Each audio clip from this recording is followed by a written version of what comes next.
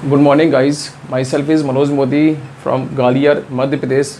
Welcome you once again in my English academy channel. आज की इस वीडियो में हम अनादर व अदर के यूज़ को स्टेप बाय स्टेप समझेंगे. दोनों का अनादर का हिंदी मीनिंग दूसरा होता है और अदर का हिंदी मीनिंग दूसरा होता है.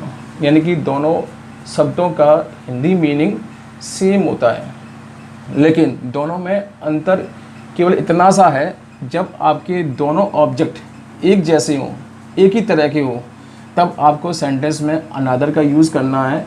लेकिन अगर आपके ऑब्जेक्ट अलग अलग हो, राइट, तब ऐसी कंडीशन में आपको अदर का यूज़ करना है. इसलिए मैंने अदर के यहाँ नीचे लिखा हुआ है दूसरा, लेकिन कैसा, डिफरेंट, यानी कि अलग तरह का. और अनादर के केस में मैंने लिखा है एडिशनल. एडिशनल मतलब आपने कोई एक ऑब्जेक्ट ले लिया है, अब आपको दूसरा ऑब्जेक्ट भी चाहिए, वो भी सेम टाइप का. इसलिए इसका हिंदी मतलब होता है दूसरा, लेकिन कैसा, एक जैसा. इसे हम एग्जाम्पल से अच्छी तरह से समझ सकते हैं. जैसे हम बाज़ार जाएं और बाज़ार में जाकर हमने किसी शॉपकीपर से कहा कि हमें कोई बुक दिखा दीजिए, और शॉपकीपर ने जब आपको बुक दिखाई तब आपने देखा कि वो बुक कैसी हुई है, फटी हुई है. तो आपने दुकानदार से ये कहा कि नहीं, मुझे दूसरी किताब दिखाओ, क्योंकि ये क्या है, फटी हुई है. यानी कि आप चाहते हैं कि दुकानदार अगली बार जब आपको कोई किताब दिखाए तो वो कैसी नहीं हो, फटी हुई नहीं हो, कैसी हो, उससे अलग हो, डिफरेंट हो. तो ऐसी कंडीशन में यहाँ पे क्या लगेगा, अदर का यूज़ होगा. तो जैसे मैंने एग्जांपल लिखा हुआ है, दिस बुक इज़ टॉर्न, यानी कि ये किताब फटी हुई है. फटी हुई है मतलब मुझे नहीं चाहिए. प्लीज़ गिव मी वन, मुझे दूसरी किताब दिखाओ. दूसरी मतलब इससे हटकर, यानी कि डिफरेंट. ऐसी कंडीशन में यहाँ पर क्या आएगा, अदर आएगा, राइट.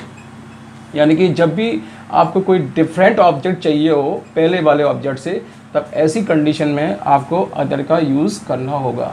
लेकिन आपको सेम टाइप का ऑब्जेक्ट चाहिए हो, तब उस कंडीशन में अनदर का यूज़ किया जाएगा. जैसे कि एग्जांपल नंबर 2 में लिखा है, दिस डॉल इज़ ब्यूटीफुल, यानी कि ये गुड़िया सुंदर है. प्लीज़ गिव मी वन, यानी कि ये गुड़िया सुंदर है, मुझे दूसरी दे दो. दूसरी दे दो मतलब दूसरी एक और दे दो, मतलब आपको ये गुड़िया पसंद आई है, इसलिए आप दूसरी मांग रहे हैं, और दूसरी भी कैसी मांग रहे हैं, सेम टाइप की. तब ऐसी कंडीशन में यहाँ पर क्या आएगा, अनदर आएगा, right. Come to the example number 3. आपने एक पोएम बचपन में सुनी होगी, रेन रेन गो अवे, बरसात ओ बरसात, ओ बरसात आप आज चली जाओ. गो अवे मतलब बरसात रानी तुम चली जाओ. कम इन डे, अब तुम दूसरे दिन आना. दूसरे दिन आना मतलब नेक्स्ट डे आना, मतलब आज बरसात आ चुकी है, आप चाहते हैं कि सेम बरसात नेक्स्ट डे आए. तब ऐसी कंडीशन में यहाँ पर क्या यूज़ किया जाएगा, अनदर डे यूज़ किया जाएगा, अनदर वर्ड का यूज़ किया जाएगा, right. Come to the example number 4. He got heart attack at night, उसको रात को दूसरा अटैक आया. कौन सा अटैक आया, दूसरा. अब आपको यहाँ ये याद रखना है कि इस दूसरे के लिए आप अनदर यूज़ करेंगे या अदर यूज़ करेंगे.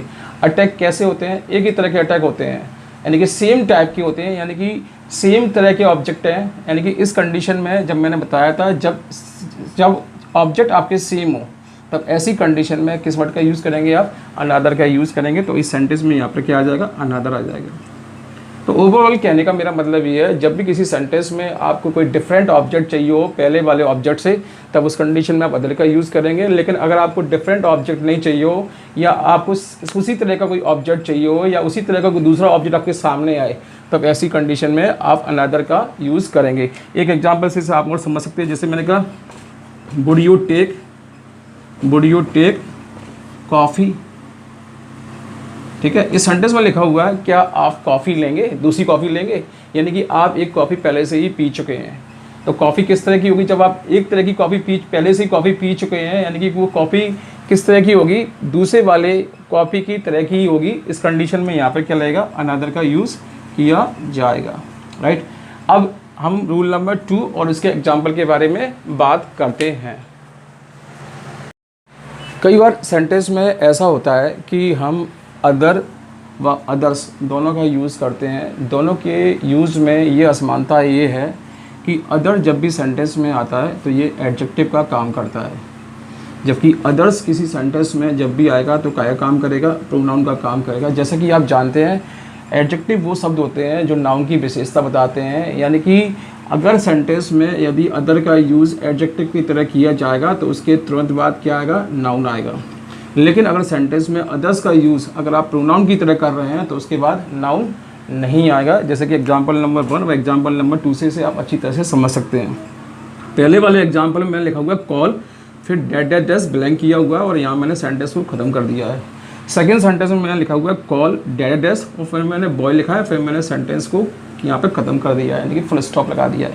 इन दोनों सेंटेंस में मैंने आपसे पूछा है कि अदर आएगा या अनदर आएगा, सॉरी अदर आएगा या अदर्स आएगा। तो आप देखेंगे इस सेंटेंस में पहले से ही नाउन लिखा हुआ है, नाउन लिखा हुआ है तो दैट मीन्स यहाँ पर क्या आएगा, एडजेक्टिव आएगा। तो एडजेक्टिव कौन है यहाँ पे, अदर।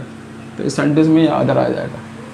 और इस सेंटेंस में चूंकि यहाँ नाउन नहीं लिखा हुआ है तो हमें यहाँ प्रोनाउन की आवश्यकता है, तो यहाँ पर क्या आएगा, अदर्स आएगा। इसे आप इस तरह से भी समझ सकते हैं जैसे कि किसी सेंटेंस में आप जानते हैं जब भी किसी सेंटेंस में वर्ब आती है तो वर्ब के तुरंत बाद क्या आता है, ऑब्जेक्ट आता है। और ऑब्जेक्ट क्या होता है, या तो नाउन होता है या फिर क्या होता है, प्रोनाउन होता है, राइट। ऑब्जेक्ट क्या होता है, नाउन या प्रोनाउन, यानी कि ये वर्ब है और इस वर्ब के तुरंत बाद क्या है, ये अदर्स क्या है, यहाँ पे ऑब्जेक्ट है। और ऑब्जेक्ट यानी कि यहाँ पर ये क्या है, प्रोनाउन है। क्या है, ये प्रोनाउन है, राइट। आई थिंक आपको ये समझ में आ गया होगा। अब इसे हम रूल नंबर 3 समझते हैं ना। अब हम अदर व अनादर के अन्य रूल भी समझेंगे। रूल नंबर 3, जब भी किसी सेंटेंस में आप ईच का यूज़ करेंगे तो ईच के बाद अदर का यूज़ किया जाएगा। लेकिन आपको ये ध्यान रखना है, अगर ईच की जगह पर यहाँ पर वन शब्द का यूज़ हुआ हो तो फिर आपको अनादर का यूज़ करना होगा। दोनों शब्दों का हिंदी मीनिंग सेम होता है, जिसका मतलब होता है एक दूसरे से, और इसका मतलब भी होता है एक दूसरे से। इसका यूज़ दो के लिए किया जाता है और ये जो वन अनादर जो है वो दो से ज़्यादा के लिए आता है। तो जब भी किसी सेंटेंस में आप अदर व अनादर के यूज़ को अदर व अनादर का यूज़ करना चाहते हो तो आपको ये देखना पड़ेगा कि उस सेंटेंस में ईच शब्द का यूज़ हुआ है या वन का यूज़ हुआ है। अगर उस सेंटेंस में ईच का यूज़ हुआ है तो आपको अदर लगाना है, वन का यूज़ हुआ है तो अनादर लगाना है। जैसे कि example number 1, Ravi and Mohan are talking to each. और आप देखेंगे इस सेंटेंस में मैंने ईच का यूज़ किया है तो ईच के बाद क्या आता है, अदर आता है, तो मैंने यहाँ अदर लगा दिया है। Come to the second example. Second example में आप देखेंगे boys are talking to one another. इस सेंटेंस में मैंने वन का यूज़ किया है तो वन के बाद क्या आ गया, अनादर आ गया, क्योंकि वन के बाद हम अनादर का यूज़ करते हैं। इन दोनों सेंटेंस की हिंदी मीनिंग कुछ इस तरह से है, रवि और मोहन एक दूसरे से बातें कर रहे हैं, जबकि इसका मतलब जो है लड़के एक दूसरे से क्या कर रहे हैं, बातें कर रहे हैं, राइट।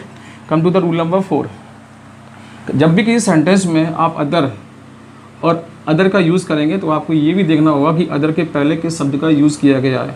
अगर अदर के पहले अगर नो का या एनी का यूज़ किया गया है तो उसके तुरंत बाद सिंगुलर नाउन आएगा। और अदर के पहले अगर आपने ऑल शब्द का यूज़